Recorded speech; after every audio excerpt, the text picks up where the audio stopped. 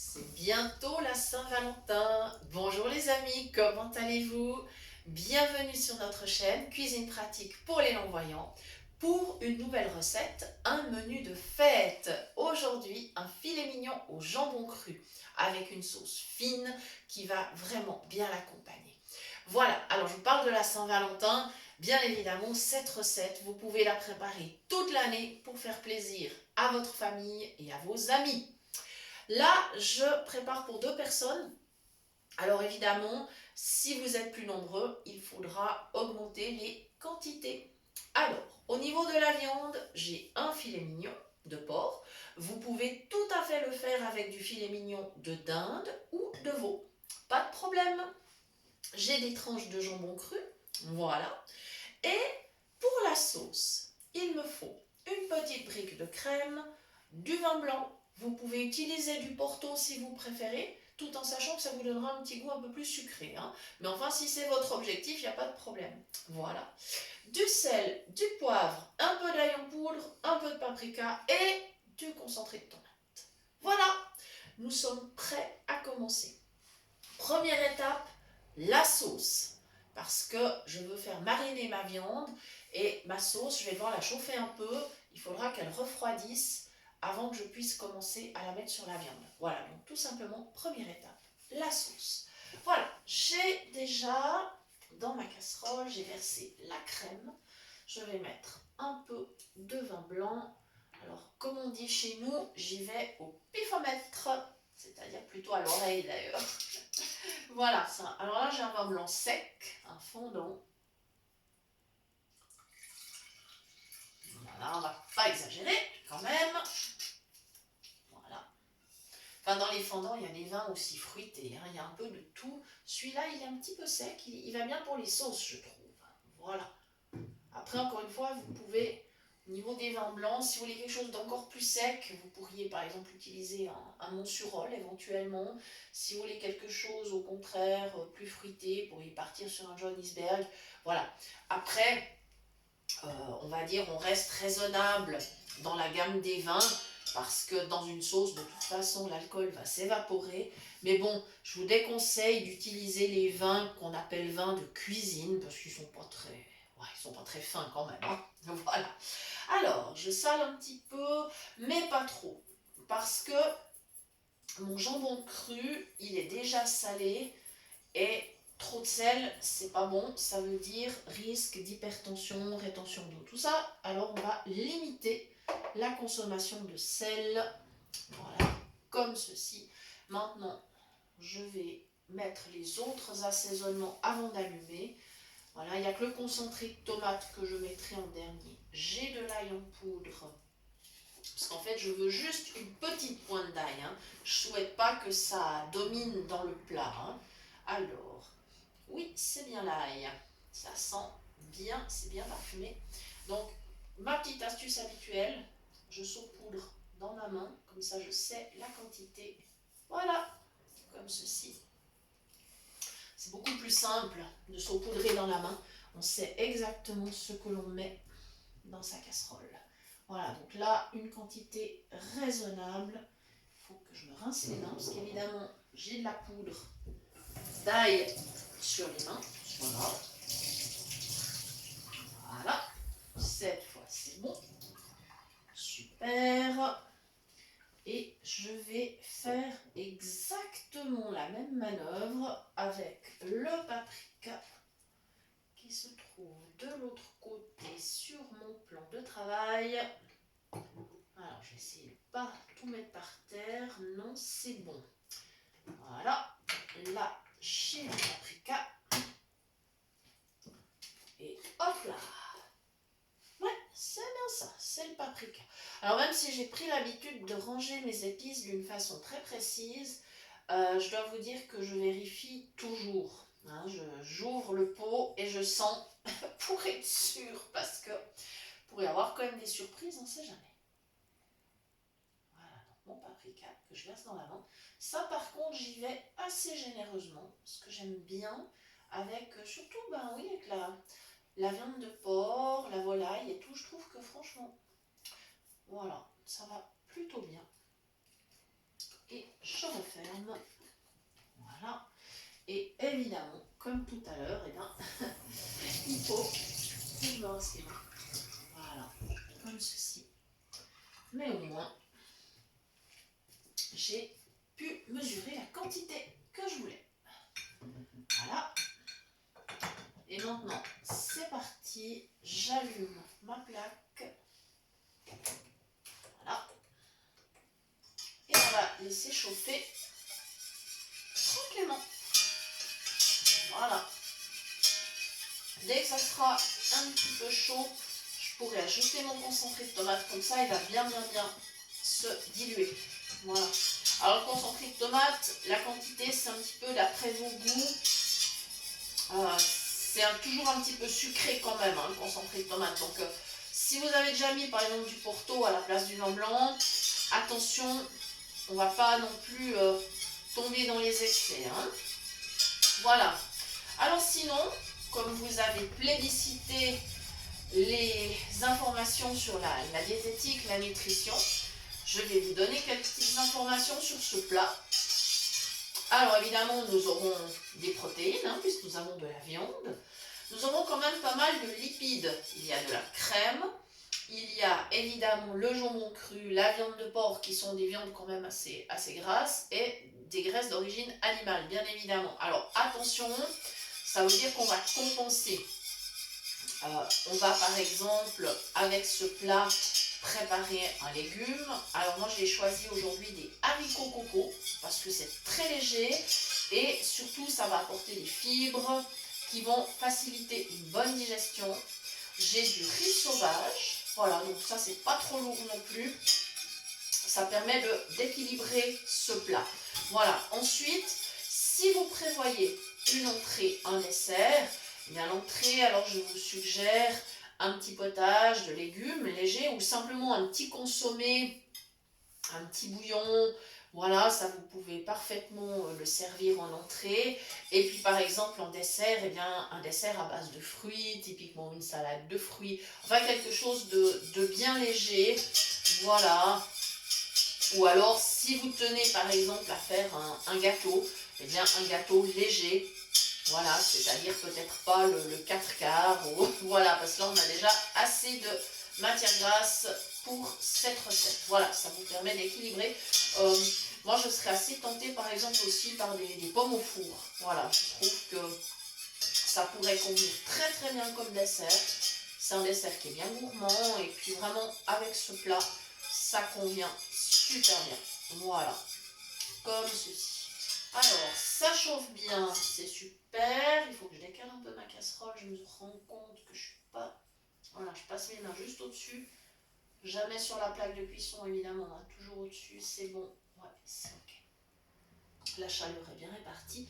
Je peux ouvrir mon concentré de tomate. Je crois que l'emballage est neuf. Ah non, mais c'est bon, il n'y a pas... Non, c'est bon.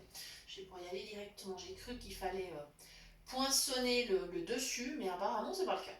Donc bon, très bien. On y va. Donc je me positionne au-dessus de la casserole et je vais appuyer. Alors attention avec les tubes, hein, on commence toujours au bout et on essaie vraiment de faire sortir la pâte. Parce que si on commence au milieu du tube, après on est bien embêté. Donc voilà.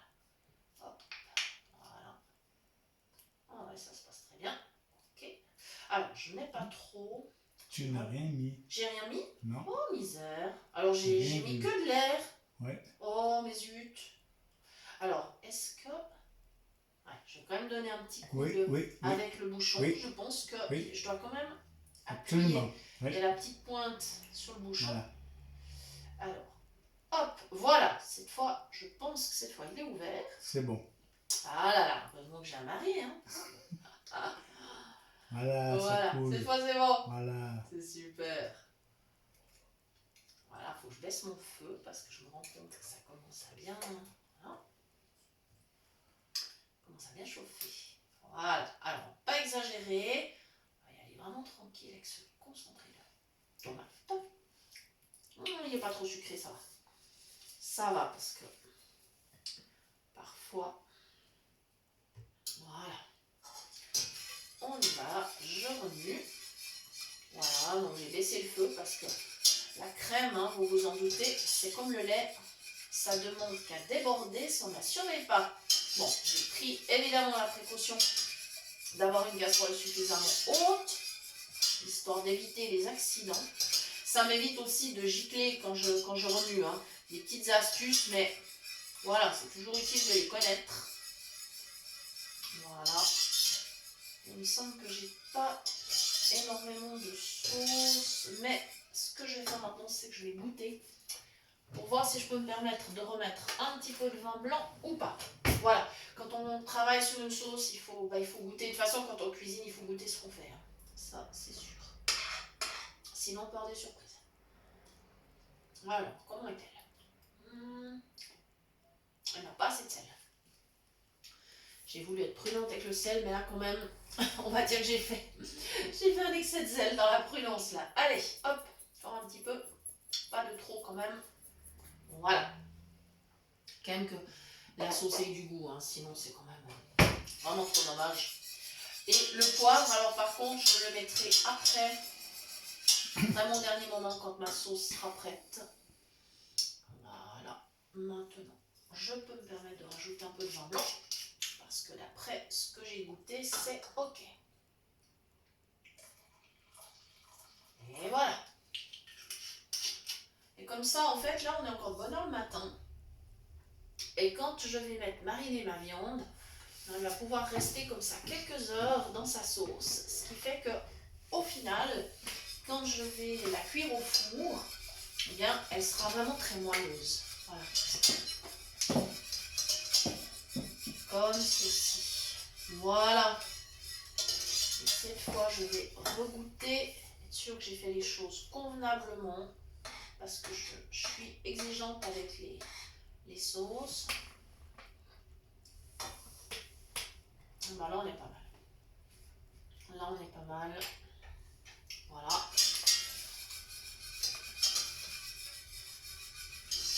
Comme ceci. Donc, je vais stopper ma plaque. Et maintenant, je vais déménager vers la table pour préparer mon filet mignon. Je vais vous expliquer tout ça.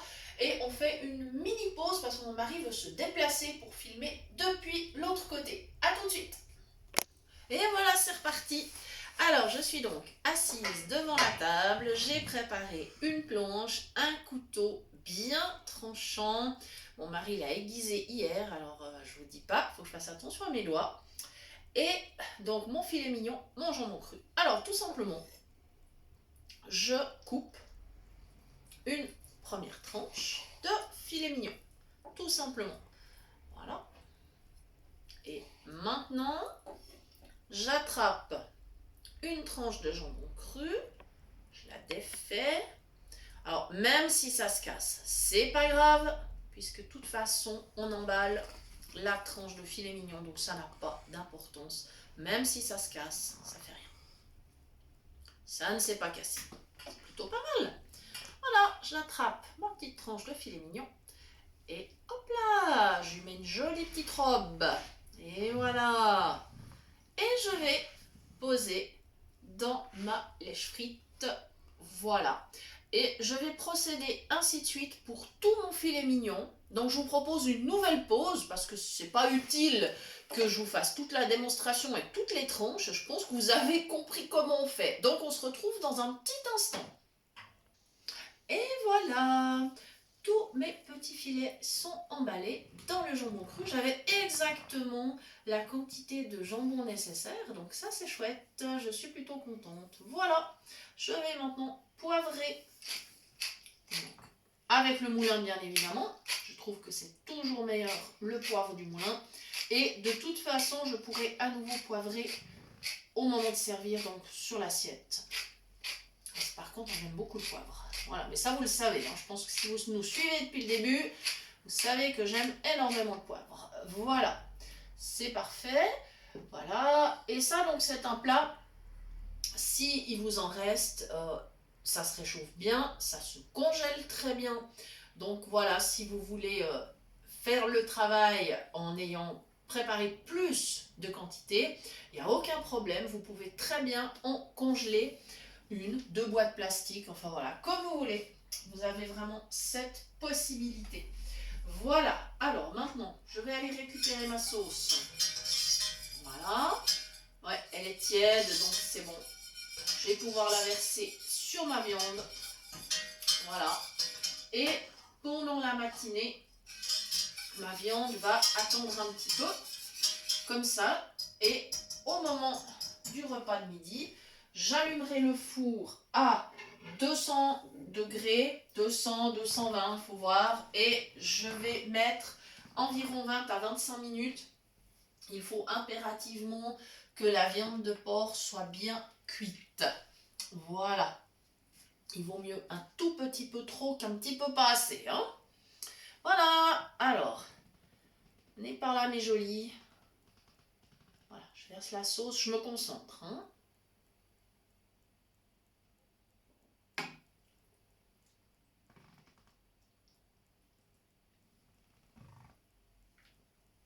Voilà, j'espère que c'est ok. Voilà, comme ceci. Voilà, voilà. Et là, on est prêt. Le plat est terminé. Il n'y a plus qu'à le mettre en cuisson tout à l'heure. Voilà, les amis. Eh bien, il me reste à vous remercier d'avoir suivi la recette. Et j'espère vraiment que vous allez vous régaler. Voilà, et je vous rappelle bien sûr que vous pouvez toujours nous écrire à l'adresse de la chaîne cuisinepratique@mail.ch pour toute demande de recette ou si vous souhaitez recevoir les liens des prochaines vidéos. Nous vous souhaitons une belle journée et nous vous disons à très bientôt sur notre chaîne pour de nouvelles idées cuisine. Merci.